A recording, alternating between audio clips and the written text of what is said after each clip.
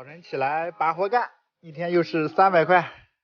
今天上山了，看见这个竹子没？我们领导让我把这些竹子到时候全部都给清理掉。就是这些小竹子还好，比那些大竹子好清多了。大竹子那是恨不得10几20米，然后那么高。小竹子就无所谓了，到时候不行，咱们就拔深一点，这个藤蔓也不好拽呀。小竹子到时候咱们就拔下去个10-20公分，然后把那个竹根应该也就差不多了。可真别说，这2天这个太阳真的好啊！就在早上几点钟，看见没？我这个羽绒服都已经脱掉了，穿个毛衣坐在洼地里。不是我穿的少，是因为这个天不正常。反正应该是从夏天开始到现在，貌似就正儿八经的下雨下了2次吧，应该就是。这个今年这个天不正常，夏天太热，冬天也还是热，这是不是有什么不好的规律？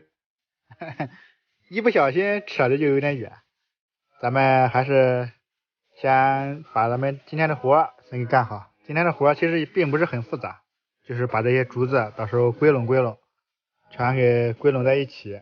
你说这个到夏天的时候会不会有蛇？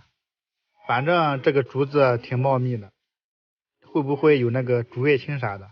上一次有幸在山上碰见过一次竹叶青，哎呀，那是印象深刻呀，现在还刻骨铭心。扯得有点远，不好意思，又扯远了。这是有感而发啊！我们领导让我这块先放这里，明天让人工去清。咱们现在把这一块搞一搞，咱们就上去准备挖坑给覆土了。3米3，走起！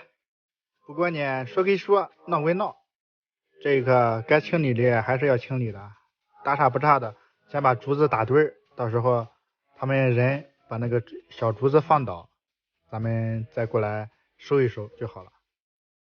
主要是这个竹子收的时候太慢，还有这个路，不得不吐槽呀，这个路真的往前走还好，特别往后走的时候，特别他们把那个树锯掉之后，那个树根有的走的老长，看不见的就直接咵嚓一滑，那是一身汗。把上面也给清一清，等下就挖坑了。看见没？这旁边还有几个监工的，真是1个人干3个人看。